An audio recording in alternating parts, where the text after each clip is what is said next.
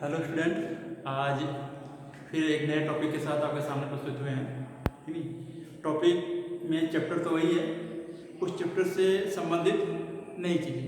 कल हमने 3 dimensional field में देखा कुछ बेसिक कंसेप्ट। आज हम देखेंगे कि 3 डायमेंशनल ज्योमेट्री, त्रिविमी ज्यामिति में अगर एक रेखा खींची जाए, कोई रेखा, तो उस रेखा के विषय में क्या जानकारी होगा, कैसे प्राप्त होगा। जैसे देखिए, अगर सपोज कीजिए कोई समतल है, 3D नहीं है, समतल है।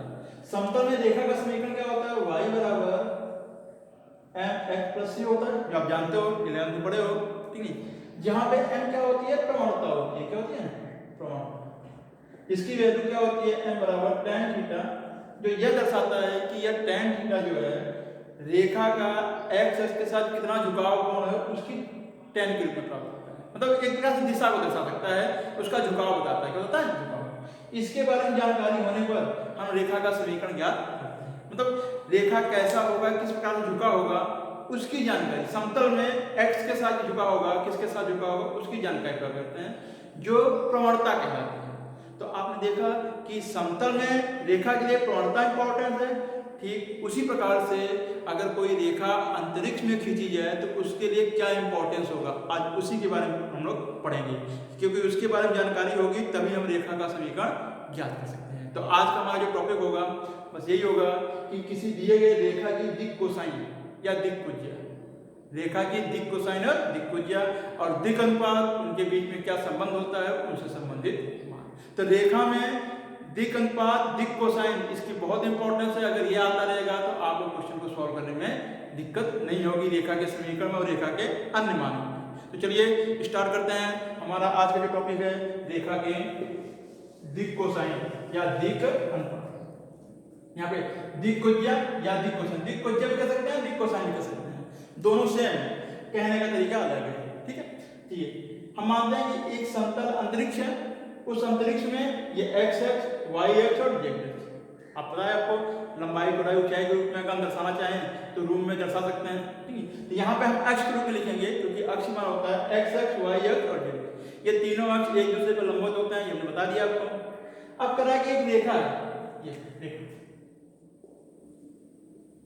एक रेखा है जो L है, ये खींची गई, वास्तव में ये समतल में है, दर्शा रहे हैं, लेकिन अगर इमेजिन करेंगे तो ये कहाँ होगी?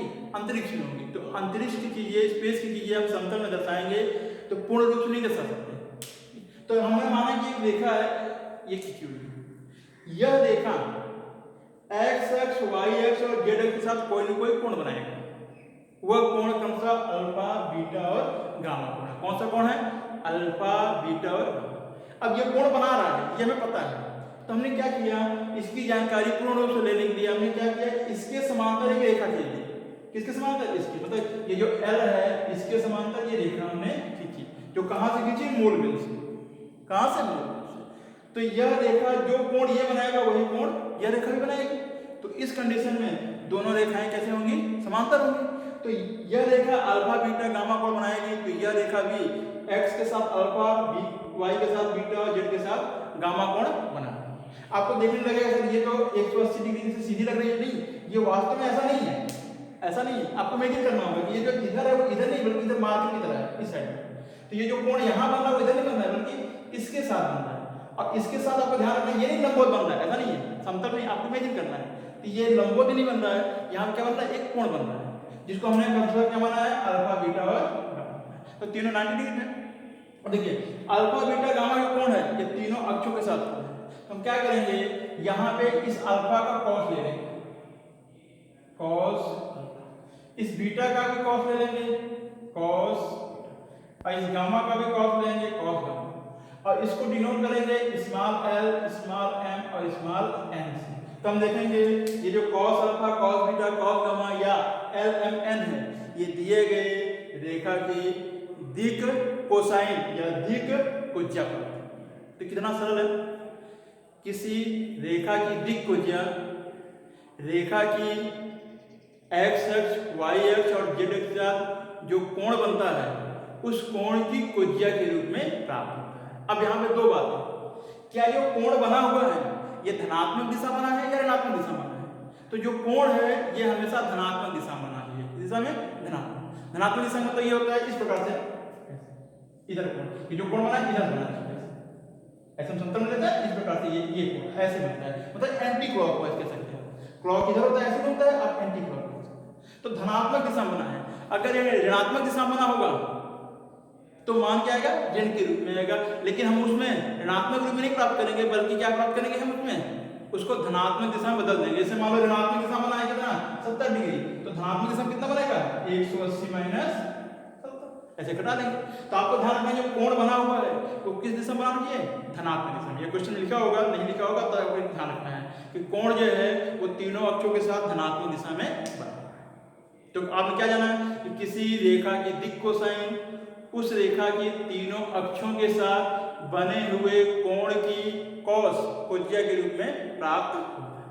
अब क्वेश्चन होता है, चलिए कि अगर मान लीजिए यहाँ पर ये अक्ष है, ये भी तो एक रेखा ही है कि नहीं, रेखा है। अच्छा, ये भी अगर एक रेखा है तो ये अक्ष है, दिखा जाए ये जो अक्ष है इसका दिक् कोसाइन क्या होगा, अर्थात एक्स अक्ष का दिक् कोसाइन, वाई अक्ष का और जेड अक्ष का। तो हमने देखा यहाँ पे अक्षों मतलब निर्देशीय अक्षों, निर्देशीय अक्षों के दिक् किसके, निर्देशीय अक्षों के दिक् कोसाइन, किसका पता है, निर्देशीय इस अक्ष। तो देखो निर्देशीय अक्षों के दिक् कोसाइन हम क्या करेंगे, पहले हम एक्स अक्ष को ले लेते हैं, किसको, एक्स अक्ष। ये एक्स अक्ष है, अगर एक्स अक्ष है तो एक्स अक्ष स्वयं के साथ कितना कोण आएगा 0, और इसके साथ वाई अक्ष के साथ 90 डिग्री और जेड के साथ 90 डिग्री। तो एक्स अक्ष में पहला हो जाएगा L बराबर cos 0, M बराबर cos 90 और N बराबर cos, तो यह बराबर क्या जाएगा A, M बराबर 0 और N बराबर 0। तो आपने क्या देखा कि x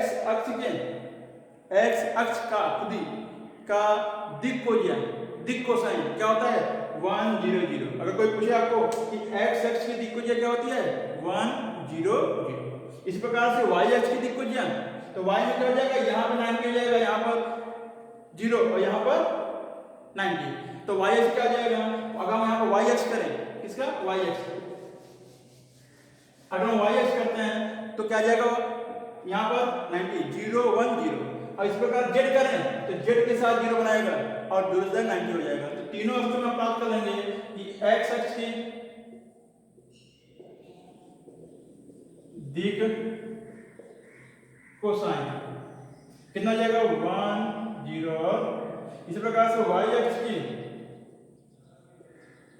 दिक् कोसाइन कितना जाएगा आपका 0 1 और 0, और जेड अक्ष की दिक् कितना जाएगा 0 0। तो आपने क्या देखा कि x अक्ष की दिक् कोसाइन, y अक्ष की दिक् कोसाइन और z अक्ष की दिक् कोसाइन ये फिक्स होता है, क्योंकि अक्ष से बदलते नहीं है, इसलिए इसकी दिक् कोसाइन क्या होगा 1 0 0 0 1 0 और 0 0। तब कभी पूछा जाता है कि तीनों अक्षों की दिक् कोसाइन क्या होगा, तो बड़े आसानी से 0 1 0 या 0 0 1 मतलब किसी रूप में ये एंगल के रूप में हम प्राप्त करेंगे, क्योंकि ये स्वयं भी अपने साथ एक एंगल बनाते, ठीक है। तो समझ में आया कि जब कोण दिया होगा तो उसमें कॉस लगाना है बस, और क्या बन जाएगा दिए गए रेखा की दिक् कोसाइन। चलिए क्वेश्चन लेकर बताते हैं आपको कि माना हमने कि हमारे पास एक रेखा है जो क्रमशः तीनों अक्षों के साथ, रेखा क्रमशः तीनों अक्षों के साथ कितनी डिग्री बनाता है 30 डिग्री, 135 डिग्री और 35 डिग्री का कोण बनाता है, और यह कोण धनात्मक दिशा में है। कोई रेखा तीनों अक्षों के साथ क्रमशः 30 डिग्री 135 डिग्री और 35, इसका मतलब x के साथ 30 डिग्री, y के साथ 135 और z के साथ 45 डिग्री कोण बनाता है। तो इसकी दिक् कोसाइन क्या होगी, तो लिख देंगे क्या रेखा का x अक्ष के अनुदिश दिक् कोसाइन, रेखा के तीनों अक्षों के साथ तीनों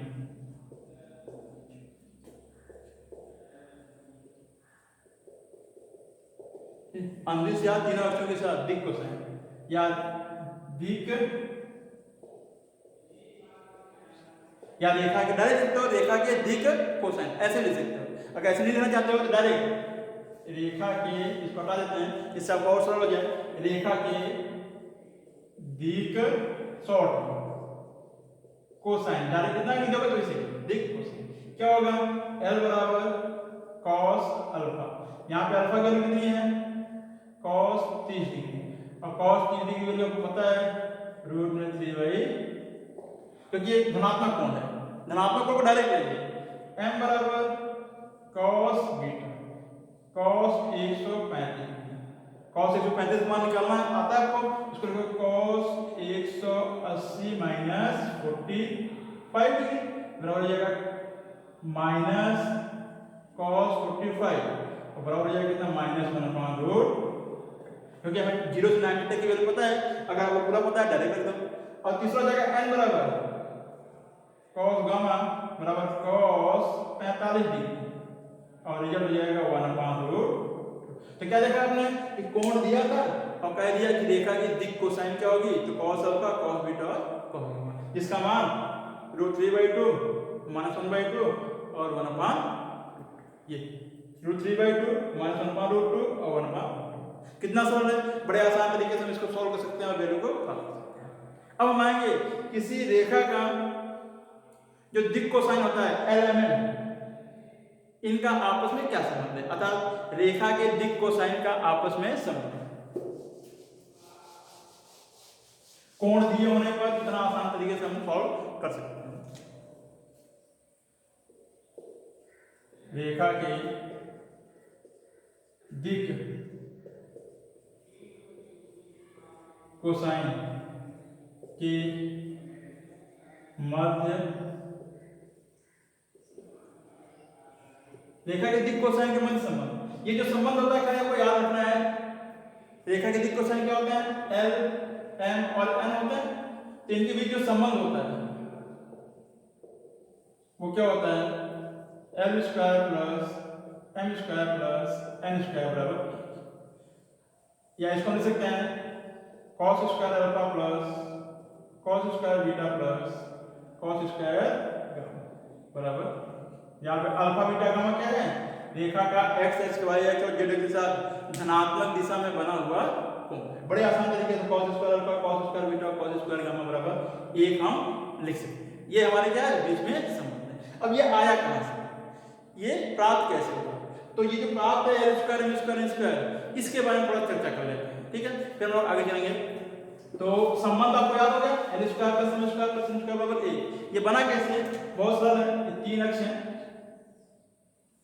x अक्ष y अक्ष और ये एक रेखा है, रेखा दोनों साइड हो सकती है, तो दिक कोसाइन में दो हो सकते हैं प्लस माइनस के रूप में, अब इसको चर्चा कर लेंगे लोग, ठीक है। तो L हो गया, हमने देखा कि ये रेखा है, अगर यहां से सपोज करिए इसके समांतर एक रेखा हम खींचे ऐसे O से OP मान, जो इसके समांतर यहां खींचे, ठीक है। अब अगर ये P बिंदु है, P पे बिंदु क्या है, x y और, ठीक है, तो आप देखिए यहां से थोड़ा सा हम क्या करेंगे, यहां से y अक्ष पर लंब डाल देंगे, क्या डालेंगे लंब, ये 90 डिग्री बनेगा। यहां पर कोई कोण बना रहा है कितना है बीटा, हम एक पार्ट ले रहे हैं उससे समझ में आ जाएगा, हम y ले रहे हैं बीटा है, हालांकि अल्फा हो सकता है गामा भी हो सकता है। अब यहां देखिए, यहां से यहां तक की दूरी कितनी है, जो y है, ये आपको पता है y, यहां से यहां तक की दूरी को क्या मान लिया, OP बराबर r मान लिया। तो यहां देखिए इस त्रिभुज में, त्रिभुज OAP, त्रिभुज OA अगर हम मान निकालें तो ये दिया हुआ है आधार बटे कर्ण, आधार बटे कर्ण मतलब y बटे r बराबर क्या जाएगा cos बीटा, और यहां से y बराबर क्या जाएगा r cos, y बराबर आ गया r cos बीटा। ठीक उसी प्रकार से अगर इस P से हम x अक्ष पर लंब डालें, किस पर लंब डालें, x, इमेजिन करना है, ये तो यहां से अगर हम लंब डालेंगे समझ नहीं आएगा आपको, ये ऐसे लंब डालेंगे समझ नहीं आएगा, लेकिन आपको इमेजिन करना है, इसलिए हमने पहले इसको बताया। तो अगर इस पे लंब डाल दें हम यहाँ पर ऐसे लंब डाल दें, तो उस कंडीशन में ये जो कोण बनेगा ये कितना होगा, अल्फा होगा, तो वहां से आ जाएगा x बराबर r cos अल्फा, और यहां से अगर इसको हम डाल दें z पर, ठीक इसी प्रकार से इमेजिन करें, तो क्या आ जाएगा z बराबर r cos। तो आपने देखा क्या x y z की वैल्यू बड़े आसान तरीके से दिए गए इसके समांतर चित्र का लंब डालेंगे तो ये वैल्यू पता चलेगा, जो कोण ये बनाएगा वही कोण ये भी बनाएगा, ये तो हमने पहले बता दिया। अब देखिए ये तीनों वैल्यू प्राप्त हो गए, हम क्या करेंगे तीनों का वर्ग करके जोड़ देंगे। यहाँ से जब तीनों का वर्ग करके जोड़ेंगे तो देखिए हो जाएगा आपका यहाँ से x square plus y square plus z square, यहाँ से x square plus y square plus z square. अगर यहाँ देखें x square plus y square z square, यहाँ हो जाएगा r स्क्वायर कॉमन हो जाएगा, यहाँ मिल जाएगा cos square alpha plus cos square beta plus cos square, ऐसे प्राप्त हो जाएगा cos square alpha cos square beta cos square. यहाँ देखिए x square plus y square plus z square बराबर r स्क्वायर, हमें पता है कि वैल्यू क्या है r है। यहाँ से हम देखें तो r की वैल्यू क्या हो जाएगा, मूल बिंदु से इसके बीच की दूरी, यहाँ से तो मूल बिंदु से इसके बीच की दूरी क्या हो जाएगा r स्क्वायर बराबर r स्क्वायर, यहाँ जाएगा cos square alpha plus cos square beta plus cos square, क्योंकि इसकी वैल्यू r स्क्वायर के बराबर होगी, ये दोनों कैंसिल होंगे, यहाँ आ जाएगा 1, तो रिजल्ट क्या प्राप्त हो जाएगा cos square alpha plus cos square beta plus cos square gamma बराबर। और आपने देखा कि cos अल्फा को क्या लिखते हैं l, cos बीटा को m और cos गामा को क्या लिखते हैं n, तो यहाँ से रिजल्ट बन जाएगा आपका क्या बन जाएगा, यहाँ से प्राप्त हो जाएगा आपका जो भी हमने बताया था कि l square plus m square plus n square बराबर, तो ये इनके बीच में संबंध है। इसका भी यूज होता है, इसके आधार पर भी हम क्वेश्चन को सॉल्व करते हैं कि अगर इनके बीच में मान दिया हुआ है तो इनकी वैल्यू क्या होगी, इसकी दिक् कोसाइन क्या होंगे और कैसे हम प्राप्त करें। जैसे अगर कह दिया जाए कि किसी दिए गए रेखा, कोई रेखा होगी उसकी वो तीनों अक्षों के साथ, कोई दी गई रेखा है तीनों अक्षों के साथ बराबर कोण बना रही है, क्या भैया कोण बराबर है, तो उसके दिक् कोसाइन क्या होगा। क्वेश्चन क्या क्या तीनों अक्षों के साथ कोण क्या है समान बराबर, तो दिक् कोसाइन क्या है, क्या कहती है दिक् कोसाइन। इसका मतलब दे दिया गया अल्फा बराबर बीटा बराबर गामा, ये दे दिया, ये दे दिया, तो यहां से क्या हो जाएगा cos अल्फा बराबर cos बीटा बराबर cos गामा, ये तीनों बराबर हो जाएंगे। हमें पता है कि ये जो हो जाएगा l बराबर m बराबर तीनों बराबर हो जाएंगे। तो संबंध में क्या है, क्योंकि हम जानते हैं कि l square plus m square plus n square बराबर 1, यहां से अगर रखें हम तो l square plus l square plus l square बराबर 1, यहां से रखेंगे तो 3l स्क्वायर बराबर 1 और l बराबर प्लस माइनस 1 अपॉन रूट में l का मान धनात्मक l m बराबर है, तो इस प्रकार से m बराबर क्या हो जाएगा प्लस माइनस 1 अपॉन रूट 3 और n बराबर क्या हो जाएगा प्लस माइनस 1 अपॉन, ये तीनों वैल्यू, इसका मतलब तीनों बराबर है, तीनों की वैल्यू इसी संबंध के आधार पर इस क्वेश्चन को सरल है, बस क्वेश्चन को पढ़ना है, संबंध याद रखना है, क्वेश्चन यहाँ प्लस माइनस का मतलब क्या होगा, प्लस माइनस की रेखा दोनों साइड में होती है, कोई रेखा है वो दोनों साइड में होती है, अगर यहाँ से कोण बना रहा है, एक कोण यहाँ बनेगा दूसरा कोण यहाँ बनेगा, तो एक कोण अगर प्लस में आ रहा है दूसरा जाएगा माइनस, ठीक है, तो इसलिए प्लस माइनस का यूज चिन्ह हम करते हैं दिक् कोसाइन करते हैं। अब अगर कोण केवल धनात्मक दिया हुआ है तो धनात्मक लेंगे, अगर कोण धनात्मक या ऋणात्मक दिया है तो उसके आधार पर हम क्वेश्चन को सॉल्व करते हैं। तो यहाँ पे हमने देखा कि एल एम एन के मान क्या जाएंगे plus minus 1 upon root 3 plus minus 1 upon root 3 plus minus, ये क्वेश्चन के आधार पर। इसी में कहते हैं कि अगर मान लीजिए एक रेखा है जो दिए गए दो एक्स अक्ष और वाई अक्ष के साथ 1/2 और 1/3, ये जो दिया हुआ है एक्स अक्ष के साथ दिक् कोसाइन है और ये वाई अक्ष का दिक् कोसाइन है, तो जेड अक्ष के साथ दिक् कोसाइन क्या होगी या कोण क्या बनाएंगे, कोण क्या, ठीक है क्वेश्चन। तो आपको पता है वही चीज L square plus M square plus N square बराबर जेड के साथ कोण ज्ञात है, तो इसमें दिया हुआ 1/2 का होल स्क्वायर प्लस 1/3 का होल स्क्वायर और यहाँ पे n प्लस n स्क्वायर बराबर, यहाँ से n स्क्वायर को हम सॉल्व करेंगे तो 1 माइनस यहाँ हो जाएगा 1/4 प्लस 1/, अब इसको सॉल्व करेंगे, एन स्क्वायर बराबर 1 माइनस 9 4 13 13 अपॉन 36 और 36 माइनस 1 यहाँ हो जाएगा एन स्क्वायर बराबर 36 में 13 गए 13 10 23 तो ये 36 है, 36 में से 13 घटाएंगे तो 10 घटाएंगे 26 और 3 और यहाँ जाएगा 36 और ये देखिए एन बराबर क्या जाएगा प्लस माइनस 23 बटा, लेकिन यहाँ पे एन की वैल्यू क्या है कॉस गामा, ये जाएगा 23 बटा 36। हम क्या पॉजिटिव वैल्यू ले रहे हैं तो गामा बराबर क्या हो जाएगा कॉस इनवर्स 23 बटा, बड़ी आसानी से गामा का मान प्राप्त हो गया। अगर दिक कोसाइन पूछेगा तो ये लिख देंगे, अगर गामा पूछेगा ये धनात्मक कोण है, क्या कोण है, अगर ऋण लेंगे तो धनात्मक कोण हो जाएगा, वहां पे वैल्यू यही है तो हम प्लस लेते हैं क्योंकि हमने गामा को धनात्मक कोण माना। इस प्रकार क्वेश्चन को हम सॉल्व कर सकते हैं। तो क्वेश्चन कुछ भी हो सकता है, किस प्रकार हो सकता है हम इसको सॉल्व कर सकते हैं। अब हम आते हैं कि रेखा की दिक कोसाइन के बाद रेखा का दिक अनुपात क्या होता है। किसी रेखा का दिक अनुपात, चलिए रेखा के दिक अनुपात,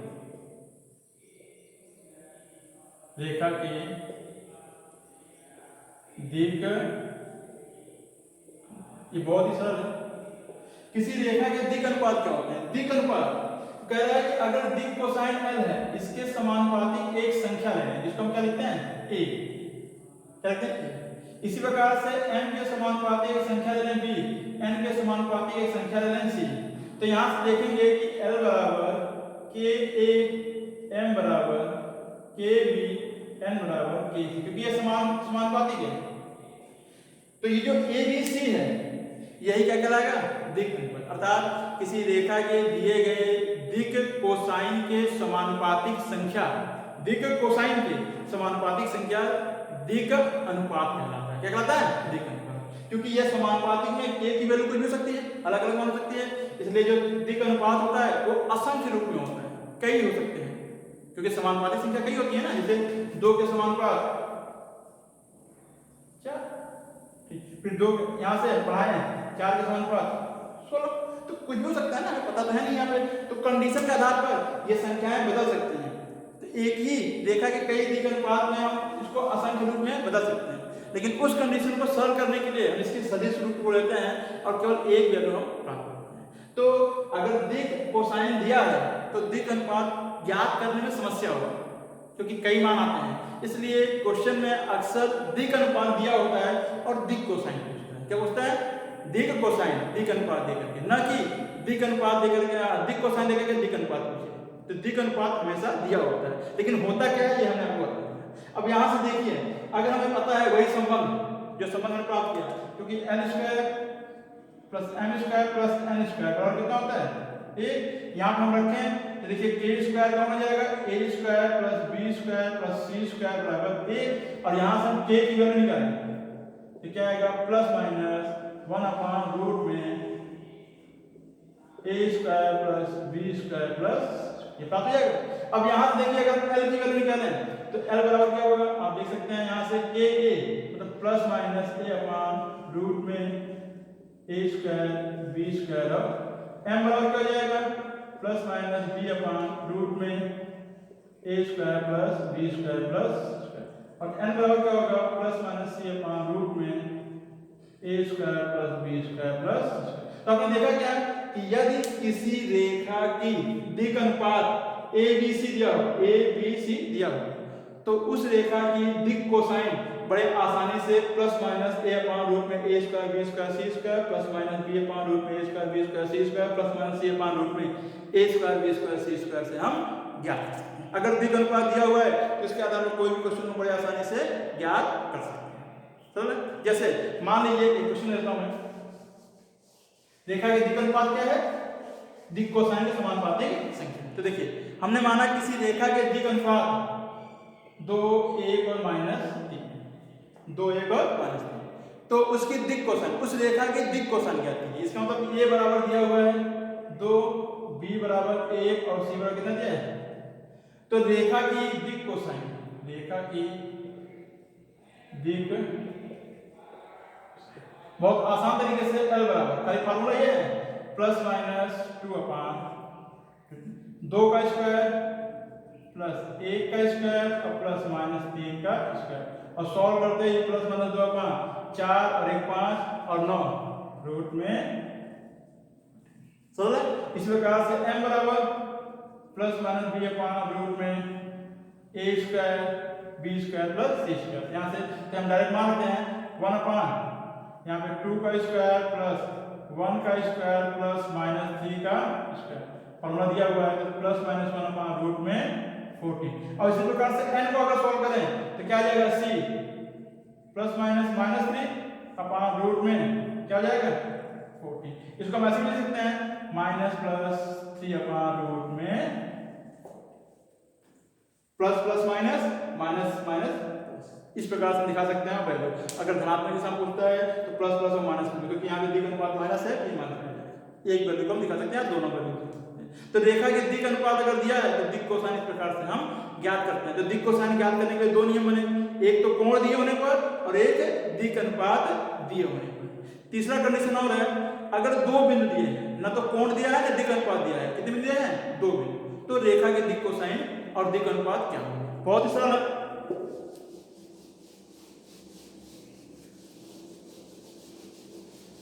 तीसरा पॉइंट है दो बिंदु दिए होने पर, कितने बिंदु दो बिंदु दिए होने पर दिक अनुपात दिक क्या होगा, और फिर दिक कोसाइन। तो आपने देखा कि अगर दिक अनुपात पता चल जाए ABC का मान तो दिक कोसाइन कभी सॉल्व किया हमने इस प्रकार जाएगा। तो अगर दो बिंदु दिए होंगे तो दिक अनुपात और दिक कोसाइन कैसे ज्ञात करेंगे। हमने माना हमारे पास दो बिंदु है, हमने यहाँ माना कि हमारे पास दो बिंदु P x1 y1 z1 है और Q x2 y2 और अगर दो बिंदु हैं तो यहां से पहले हम ज्ञात करेंगे क्या दिक अनुपात। तो दिक अनुपात दिक क्या होगा a बराबर x2 माइनस या a बराबर x1 माइनस, अर्थात जो निर्देशांक है निर्देशांक x y z इनका अंतर x1 माइनस x2 या x2 माइनस x1 क्या कहलाता है रेखा का दिक अनुपात। इस प्रकार से b बराबर y2 माइनस y1 या b बराबर y1 माइनस दिए गए शर्तानुसार क्या इसमें इसको घटाओ क्या इसमें इसको घटाओ, ये दिए गए रेखा के ऊपर डिपेंड करता है। प्रायः हम इस मान को लेते हैं x2 minus x1 y2 minus y1, उस मान नहीं लेते हैं, लेकिन अगर ऐसा लेंगे तो गलत नहीं होगा। और z बराबर z2 माइनस z1 या z नहीं c होता है यहाँ पर c बराबर z1 माइनस। तो आपने क्या देखा कि अगर दो बिंदु दिए हैं तो रेखा के दिक अनुपात कैसे होंगे a बराबर x2 माइनस x1 b बराबर y2 माइनस y1 c बराबर z2 माइनस z1 ये प्राप्त हो जाएंगे। और जैसे दिक अनुपात प्राप्त हुआ तो आपने देखा दिक अनुपात प्राप्त होने पर l बराबर a बटा फिर उसके बाद हम बड़े आसानी से l m और n का मान ज्ञात कर सकते हैं, क्योंकि अभी हमने पढ़ा है कि अगर दिक अनुपात दिया हो ABC तो l m n का मान हम प्राप्त कर सकते हैं। तो उसको फार्मूले में जो हम ये याद रखना है उसके आधार पर हम बड़े आसानी से दिक कोसाइन की वैल्यू याद कर सकते हैं। लेकिन अगर फार्मूला ही बनाना है आपको दिक कोसाइन का तो सिंपल सी बात है, तो दिक कोसाइन होगा वो हो जाएगा यहाँ से L बराबर x2 माइनस x1 बटे रूट में तीनों के वर्ग x2 माइनस x1 का whole square plus y2 minus y1 का whole square plus z2 minus z1 का ओके L। इस प्रकार से अगर हम m निकालें तो यहाँ पे क्या आ जाएगा y2 माइनस y1 और बटे में शेष वैल्यू यही आएगी। इस प्रकार से अगर हम n निकालें तो यहाँ पे क्या आ जाएगा z2 माइनस z1 और बटे में शेष वैल्यू ये है वही प्राप्त। तो हमें इतना याद रखने की जरूरत नहीं है, हमें तो केवल दिक अनुपात देखना है कि दिक अनुपात क्या होता है x2 minus x1 y2 minus y1 z2 minus z1 और उसी से हम क्वेश्चन को सॉल्व कर लेते हैं बड़े सिंपल तरीके से, ठीक है हल कर लेते हैं। तो एक एग्जांपल ले लेते हैं इस पर भी कि अगर कोई रेखा है उसकी दिक दो बिंदु है तो उसकी दिक कोसाइन और दिक अनुपात दिया है। मान लो बिंदु दिया हुआ है P2 माइनस 1 और 7 1 ऐसा दिया हुआ है, तो कह रहा है इसके दिक अनुपात ये Q है दिक अनुपात और दिक कोसाइन ज्ञात करो। तो पहले देखिए दिक अनुपात, दिक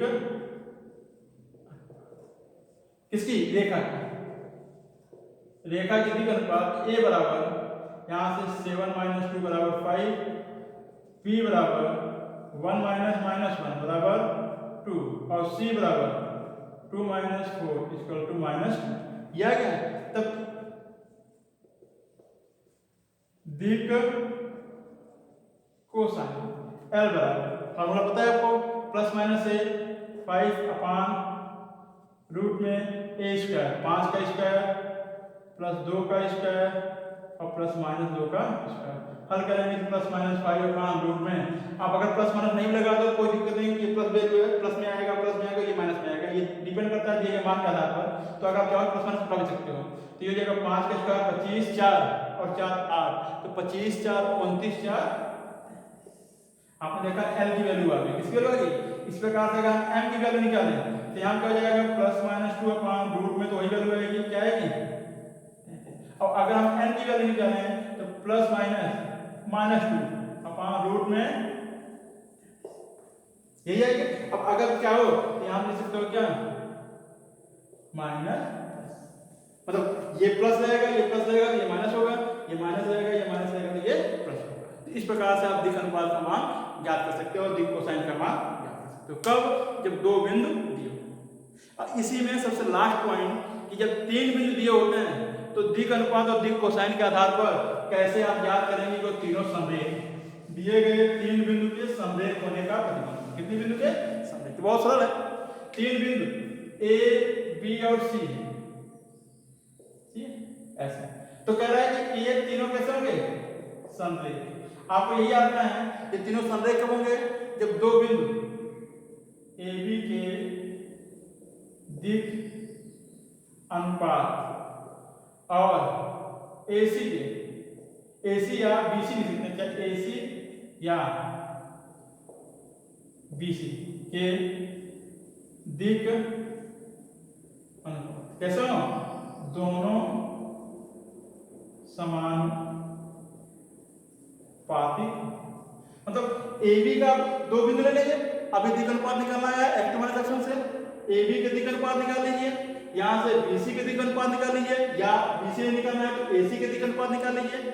जो मान आएगा अगर वो समानुपातिक हैं, समान अनुपात में है तीनों, तो समझ लीजिए वो क्या होंगे, संरेख होंगे तीनों में। अगर समानुपात नहीं है तो संरेख नहीं होंगे। क्यों संरेख होंगे? क्योंकि यहाँ पे AB में और AC में A कॉमन है, और अगर AB और BC निकालते हैं तो B कॉमन। मतलब जब अनुपात निकालेंगे उसमें से एक बिंदु दोनों में होगा, जब एक बिंदु दोनों में होगा और दिक अनुपात, तो उस कंडीशन में क्या हो जाएंगे, समानुपातिक हो जाएंगे। जैसे हम लेते हैं, हमारे पास अगर दो बिंदु दिए हुए हैं, मान लीजिए 2 3 4, एक बिंदु A है 2 3 और 4, दूसरा बिंदु B है, B मान लेते हैं, कुछ ले लेते हैं -1 2 और 3, -1 2 और -3 लेते हैं। और C क्या है, एक बिंदु ले लेते हैं, C का मान -4 1 और माइनस ऐसे ले लेते हैं। तो देखिए यहाँ पर कह रहे हैं तीनों समरेख होंगे, क्या होंगे, सिद्ध करना है कि तीनों समरेख। तो बहुत सिंपल है, AB की दिक अनुपात, AB के दिक कैसे निकालेंगे, A बराबर यहाँ पे क्या हो जाएगा, यहाँ से x2 - x1 तो -1 - 2 बराबर -3, यहाँ से B1 बराबर यहाँ से 2 - 3 बराबर कितना है, 2 - 3 और C1 बराबर क्या हो जाएगा, -3 - 4 बराबर -। इसी प्रकार से क्या ले लें, AB ले लिया, अब क्या ले लें हम यहाँ से ले लेते हैं हम AB और BC के दिक क्या लेते हैं, -4, यहाँ पे A2 बराबर ले लेते हैं, तो -4 माइनस, यहाँ देखिए -4 - 1, यहाँ पे -1 क्या जाएगा, -3, B2 बराबर क्या लेते हैं यहाँ पर 1 -2 -1 और C2 बराबर क्या लेते हैं, -10 और -3 बराबर -। अब देखिए यहाँ पर A1 B1 C1 A2 B2 C2 आ गया। अब अगर यहाँ से देखें तो A1/A2 बराबर B1/B2 बराबर C1/C2, याद है क्योंकि यहाँ पे देखिए -3 माइनस यहाँ से -3 बटे -3 बराबर -1 बटे -1 बराबर -7 बटे -, ये तीनों बराबर है। इसका मतलब ये क्या है कि तीनों बिंदु ए बी और सी कैसे हैं, तो हमने देखा कि जब 3 बिंदु दिए होते हैं तो संरेख कब होते हैं, जब उसमें से दो दो बिंदुओं को, एक बिंदु कॉमन ले लेंगे, ए बी बी सी संरेख है, उनके दिक् अनुपात समानुपातिक हैं तो संरेख होगा, क्योंकि बी दोनों में उभयनिष्ठ है। इसी प्रकार से अगर ए बी और ए सी ले लिया तो ए उभयनिष्ठ होगा और उनके भी अनुपात क्या होंगे, समानुपातिक। इस प्रकार से आप दिखा सकते हो कि किसी रेखा की दिक् कोसाइन दिक् अनुपात कैसे ज्ञात करते हैं, उनमें क्या संबंध होता है और संरेख कब होता है। तो आप घर पे रहिए, इनके आधार पर क्वेश्चन को अधिक से अधिक सॉल्व करिए, मेहनत करिए। अगर बीच में कोई समस्या आती है तो आप बेझिझक कमेंट करके पूछिए, और अगर वीडियो आपको पसंद आए तो अधिक से अधिक अपने दोस्तों को बताइए, शेयर कीजिए और अध्ययन करते रहिए और घर पे रहिए, स्वस्थ रहिए। सबसे बड़ी बात यह है इस महामारी के दौरान स्वस्थ रहना बहुत जरूरी है। स्वस्थ रहेंगे तभी आप आगे अध्ययन कर पाएंगे। जय हिंद।